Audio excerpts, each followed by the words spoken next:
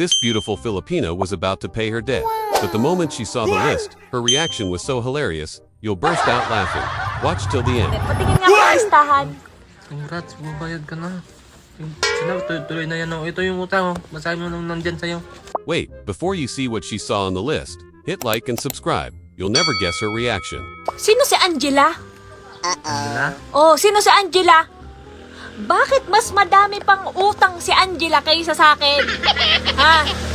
Ang daming utang ni Angela. Oh. Ano to, nasa 5,000? Utang ni Angela? Hindi. Tapos ako nasa 3K lang. Ay, hindi naman ako papayag na ganito. Ano, papatalo? Ikaw naman? Ang daming utang ni Angela tapos Sige, ako magbabayad konti din na lang. naman yan. Ay, hindi na ako magbabayad. Pautang ako.